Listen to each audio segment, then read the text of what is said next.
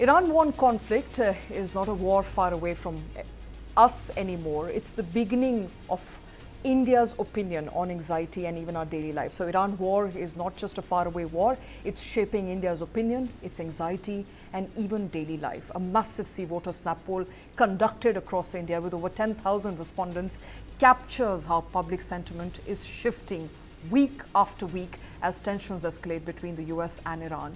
As Iran war enters its fifth week, Indians are weighing in on who they should trust, who is winning and how it will change the global order. Let's break down the big trends emerging from the survey. When asked, who can India trust more in this war? The answer is striking. Support for Iran has surged sharply, rising from just 27% to nearly 58% in a matter of weeks. Meanwhile, trust in the US has declined significantly. But here's the nuance. A large section still remains uncertain, showing that public opinion is fluid and not fixed. India's public sentiment is not automatically aligned with the Western position anymore. It is evolving and in this moment tilting towards Iran. But despite shifting trust levels, Indians are clear in one thing: India should stay neutral. Around 60% consistently say India must not take sides in the conflict.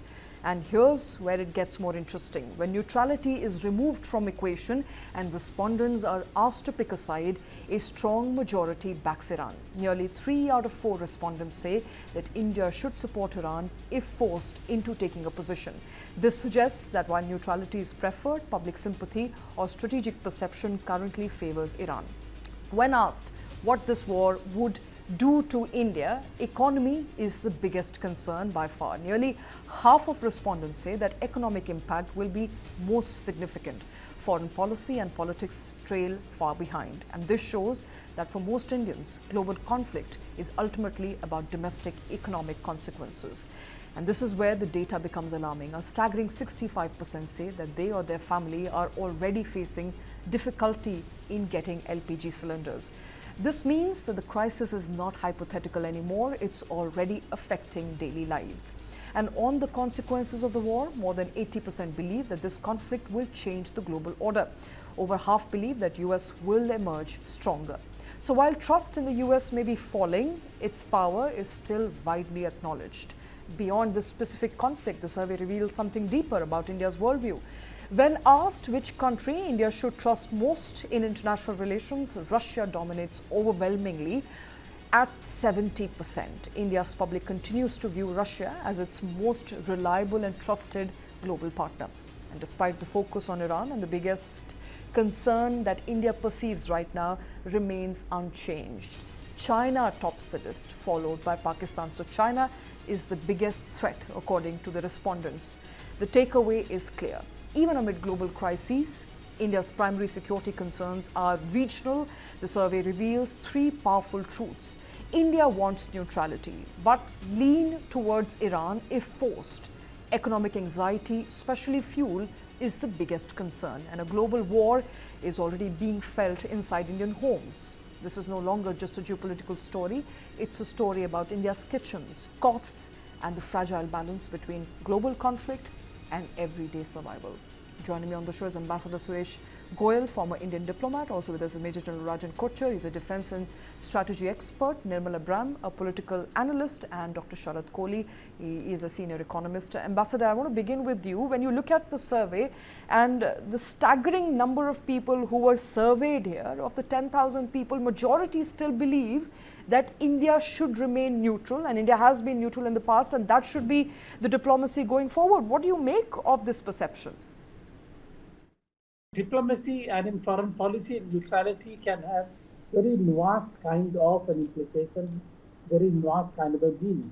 Neutrality could be the neutrality of faction, neutrality could be the neutrality between the foreign policy positions, etc., etc.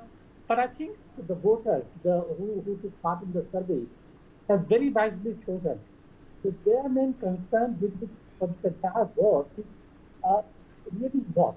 Economic. How are they impacted economically, fuel prices, availability of fuel, trade transit, etc., states of farmers? Those basic concerns are so well reflected in this survey. And as far as the global powers are concerned, again, USA the trust evolution in the USA because of, I think more or less it's a global kind of a phenomenon, and Russia remaining the overall all-weather friends. China, Pakistan, I would say that there is very little in the survey that I can question really. But neutrality is an important issue, and I fully understand that people would want India to stand neutral, not to get involved in the war.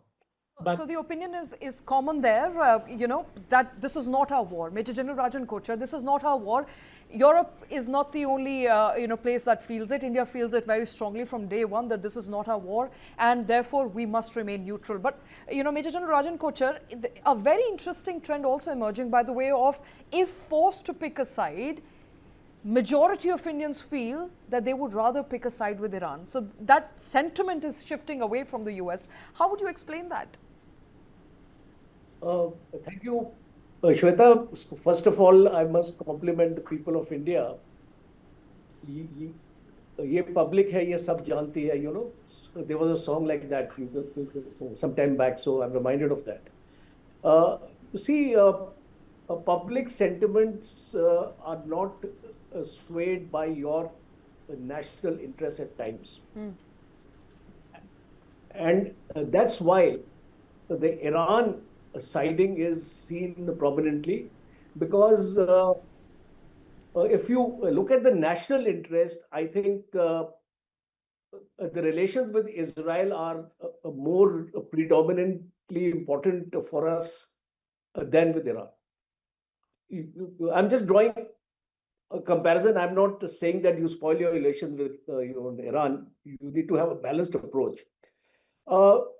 What is emerging is that people are feeling the pinch in their households, and they are attributing this to the United States of America and to Donald Trump, because he is become the Ajit of Indian movies.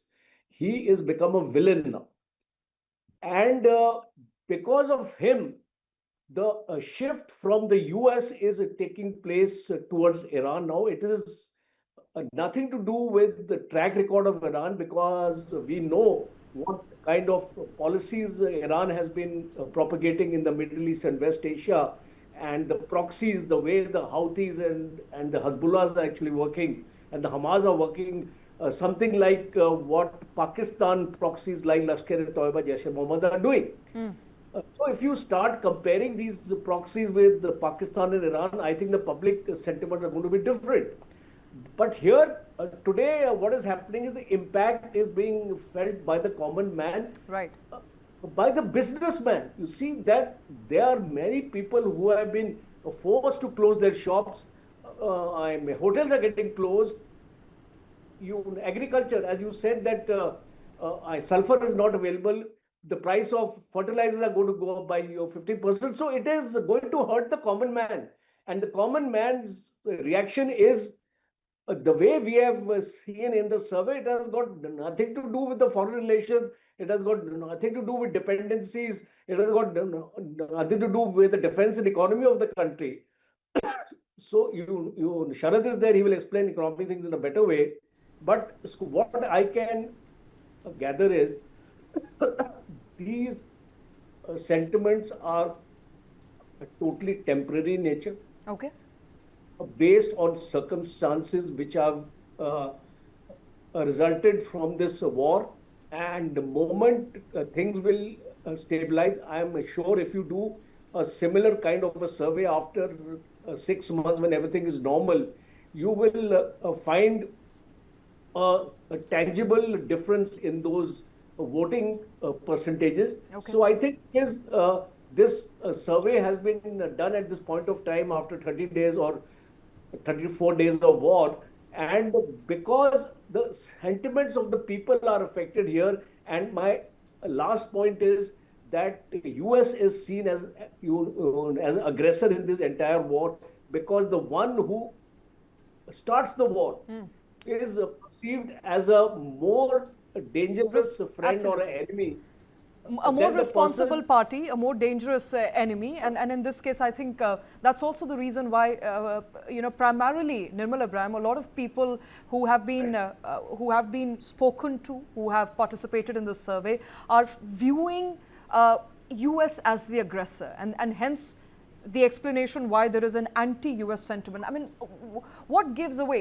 Is it the fact that US started this war, regardless of what kind of relations India has with Iran or Israel traditionally? What explains this anti-US sentiment? Because when asked on global order, while majority of the people believe that India should continue to support, if at all, if forced to support Iran, but when it comes to global order, US still remains a predominant party.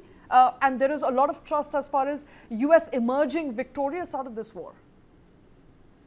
Yeah, but I don't think it's only the fact that the US is the aggressor. I think it's also the fact that India has been struggling. I mean, we've been facing the heat since Donald Trump got into office. And if you remember how he played with the tariffs and how we struggled with it, or, a lot of people's businesses were affected. Common life was even affected because of tariffs. Prices went up on many products. So that could be one reason. And this could be the final, could have been the final nail in the coffin for Trump because he was the aggressor. He's the reason that we have this war. And as as a result of that, people might be upset with the U.S. And also, if you remember, there was a time when the supreme leader was killed. India did not respond on time. In fact, we took nearly a week to respond, and that too not in public, but in a diplomatic circle, a closed diplomatic circle. Even then, despite that, Iran decided to do us a favor by allowing our ships to pass through the Strait of Hormuz. So for the common man, when they see this, you would obviously side with Iran. But I agree with the previous panelists. This could be circumstantial because people are understanding the context of this. And by the looks of it, from what Trump has done to us in the last 10 months or so, and how Iran has treated us, despite us being not so favorable when it came to the death of the supreme leader. We did not release a statement, but despite that, Iran supported us. So for the common man, this is what they look at. They don't know deeply about geopolitics and how important a player US is. So I guess that is the reason. As far as Russia is concerned, they have been a steady partner for over 75 years. They've supported us militarily. Provided us, helped us with co-production of many things, including the S-400 and BrahMos missiles, which helped us in Operation Sindhu, the war that we had with Pakistan. And if you remember, during, right after independence, right after the partition, in a span of 15 years, Russia supported us at least 6 times diplomatically at the UN. So they've been there for us for 75 years, despite ups and downs. So I guess that's the reason why people say Russia has to be our forever partner, and I don't disagree with that. All right. There's also an impact being felt on ground, Dr. Sharat Kohli, and when people were asked about the impact of the war, about 47%, nearly 47 to 50% of the people are worried about the impact this war will have on India's economy, of which people are more worried about where and how they'll get their next cylinder from. And that continues to be a trend from the beginning up until now. I mean, this is a reality on ground, Dr. Sharat Kohli. While, we are made to believe that there is enough and more energy when it comes to crude oil, we have enough and more LPG supply. People on ground are worried about how and where they'll procure their next cylinder from. 65% of the people who were surveyed voted that they are worried about where to procure their next cylinder from. Well, good evening, Shweta, to you panelists and News9 viewers. I think since General Kocher quoted an old song line, Public Ye Sab Jante Hai, allow me to do that as well. There's another very old song, and I bumped into it today. Sikandar ne porus se ki thi ladai, to main kya karu? This is the sentiment of people. People here do not understand, diplomacy. People don't understand foreign policy. You're right. They are worried whether I'll get my next cylinder from. But the interesting part of the story, and this is reflecting in the survey as well, when the war started, although it was President Trump's this thing, but probably people realized there must have been some reasons why President Trump is doing it and Netanyahu is doing it. So there was a hero and there was a villain. And as the story progressed, after intermission of these 35, 36 days, there was a role reversal. And this your survey categorically indicates. Iran became the hero. And you know who the villain is. I need not name. And that man has been behaving in a manner that he's made a fun of himself around the world. So I think people have realized, because his eccentricism, his decisions, his switching over decisions 3 times a day. Next day he's another person. Morning he's another person. Afternoon is another person. I think that has made people believe that probably something is not correct there, and that's what made Iran, and the way Iran has responded. And the interesting part, Shweta, is that the outcome of the survey, where we still hold Iran as the a favorable party. This is despite the fact that it is because of Iran, that because of their blockage of Strait of Hormuz, that we are not getting the cylinders. But then people have realized over a period of time that Strait of Hormuz was actually open. It was because President Trump and President Netanyahu decided to attack, and when President Trump said that I don't have to do anything with Strait of Hormuz, just go and pick up, whosoever needs oil, go and pick up. He was the one. He was the one who led to closure. So I think all this is counting on the minds of people. And you're right, the inflationary pressure on a common man, Shweta, that is what is worrying because not just the queues at the LPG, but there have been people who've been getting it in black. They've been paying a premium for the cylinder, and then the premium petrol, and now the imminent threat is that whether petrol and diesel prices would also rise. And in fact, not many people know that a lot of inflation when you walk into your grocery store is being felt because there are a lot of, it's not just about crude oil and gas. Practically, I mean, I give an example. Even the mineral water bottle which you use is made of polymer. And that polymer, there is an involvement of energy directly Absolutely. or indirectly. The glass bottles. So it is creeping into every aspect of your living. I think that is what people are worried.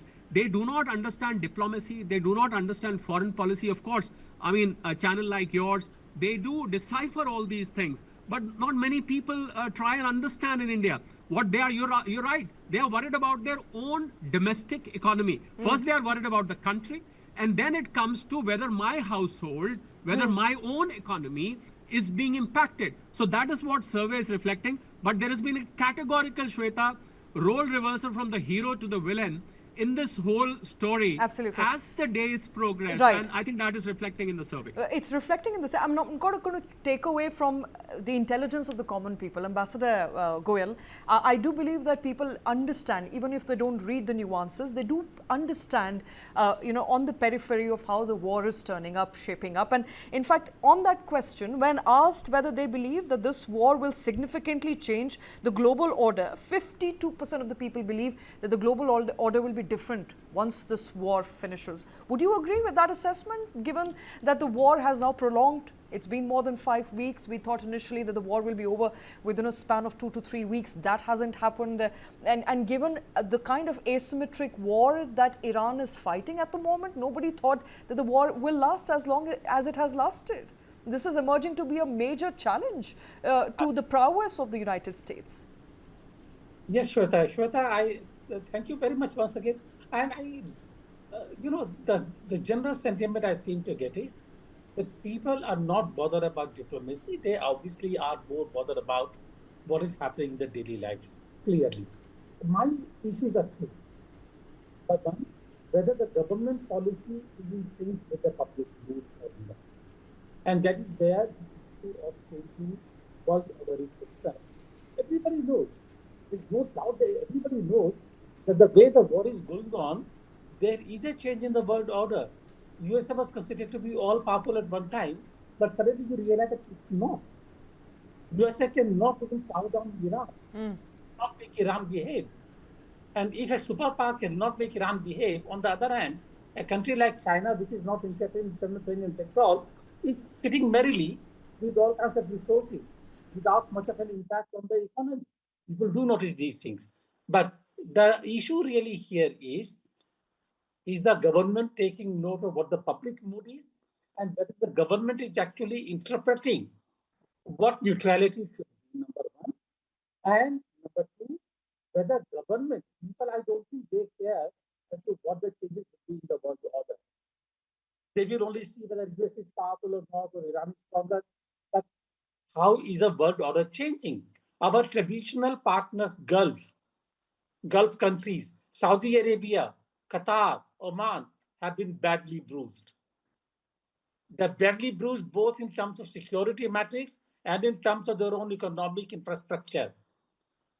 So what are we going to do in the area when most of our energy resources, most of our fertilizer resources, petrochemicals, we were dependent, we were so deeply interlinked to Gulf security.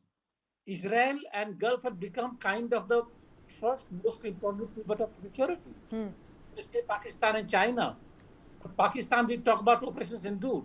China, we basically said, all right, you get away with it. We are more interested in the economy. So the whole thing, the way India is going to behave in terms of foreign policy is going to go through a very, very strong transformation. Okay. That is what government should pay attention to. All right, a major transformation is awaiting, and you know, as far as the threat perception is concerned, Major General Rajan Kochar, I think this is also interesting. You know, when it comes to regional threat, majority believe that it's not Pakistan which is posing a threat to India or India's national interest, it is China. So there's been a marked shift there as well.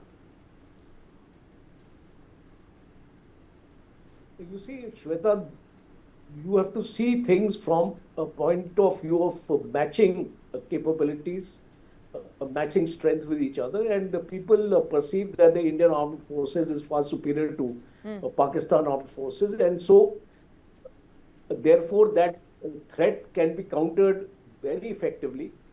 But at the same time, people also perceive that China is stronger in terms of its military strength than India. So it poses a stronger threat to India.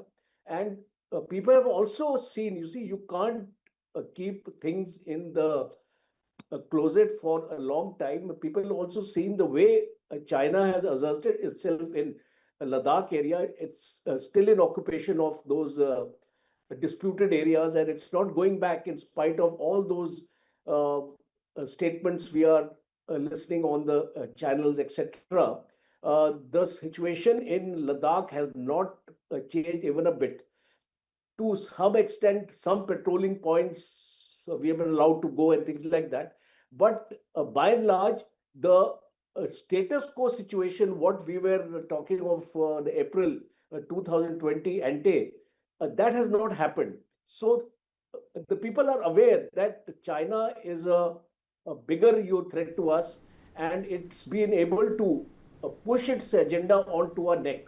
And at the same time, people also seen that earlier we were making statements that the border and trade will not go together, but now they have been separated, and the hyphenation has taken place. So all these things are known in large to the people of India, and they have formed an opinion that China is a much bigger threat to India, and in terms of their numerical superiority in forces, etc., everything. So that perception is there. My last point is that Operation Sindoor also, by and large, the people are aware that the Indian armed forces had upper hand on Pakistan, and they gave them in a good measure. So that is also recent memory. Absolutely. And when you have these kind of memories, you tend to consider your opponent as a lesser threat than the opponent you have on our northern borders. In fact, that is what's coming out of the survey. As a matter of fact, there's a changing threat perception there globally. But Nirmal Abraham, there's also a perception that Indians are increasingly anti-Western, that there is distrust in Western alliance. And while the distrust is brewing within NATO itself, India is also viewing it from a distance and is not trusting, you know, Western blocs as it used to at some point of time. Do you think this is temporary and perhaps will end, as many pointed out, you know, in the panel, that these numbers tend to fluctuate the minute the war ends?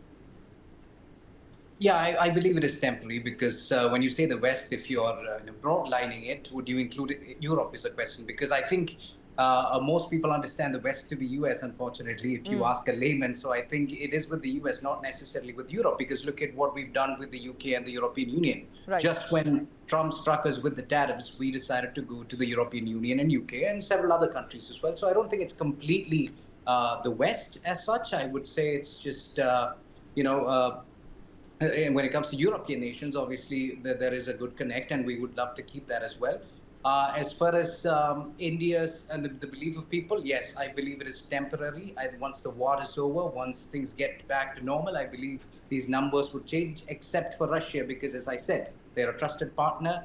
With the US, it may also change, as I said, because once Trump is out of office, or if the midterms affect his powers badly, say he loses the Congress or the Senate majority, then that means he may make different decisions. That would mean we would have trust on the US. And despite what people think, we need the US because, unfortunately for India, the reason why we stay neutral is because we need one party to counterbalance the other party. We need the US to counterbalance China. We need Russia to counterbalance the US. And unfortunately, our neighbors as well. We haven't had great relations with them. Look at, Bangladesh, for instance. After Sheikh Hasina fell, we haven't really had a warm relationship with them. Maldives fell apart. Pakistan has been an arch enemy. China has been a very strong enemy for a very long time. So we need all of these partners to counterbalance. So we cannot just rely on the US alone or just Russia alone or Iran alone, which is, I think, one of the reasons why India decided not to negotiate the deal, the ceasefire with the Iran and US, because that would have meant that India had to take a stance. India did not. And I think it's important that we stay neutral despite what people think. And the numbers would keep fluctuating. In fact, people think we should stay neutral. If Donald Trump gets out of power, two, if yes. Right, 100%. People do think we should stay neutral. And if forced to take a side, if forced to pick a side, perhaps Iranian side would be better to pick as opposed to US. So people do believe that it's important at this point to stay neutral. But my last question to you, Dr. Sharat Kohli, I mean, some of the important points I think the survey also tried to figure in is when it comes to LPG prices. Majority believe that the prices are likely to go up if they're worried about the cost of living, cost of fuel. Majority believe that they are, and they have to be worried. And so impact on fuel prices remains a major concern for many people. Is this a valid concern? Because India has come out saying that we have enough and more reserves at this point when it comes to crude, when it comes to LPG. The prices, if at all they were to go up, would have gone up by now. They haven't gone up. Not crude prices, not domestic LPG prices. Do you think we are in a comfortable position? Well, we may be right now, but if the war continues for a longer time, obviously it's going to put pressure on the bottom lines of the oil marketing company, Shweta. Hindustan Petroleum, Bharat Petroleum, Indian Oil, and a couple of others. Well, you'll have to appreciate that America is the biggest oil producer in the world. And even they are facing an energy, inflation, because the gas prices, they call it as gas and they count in gallon.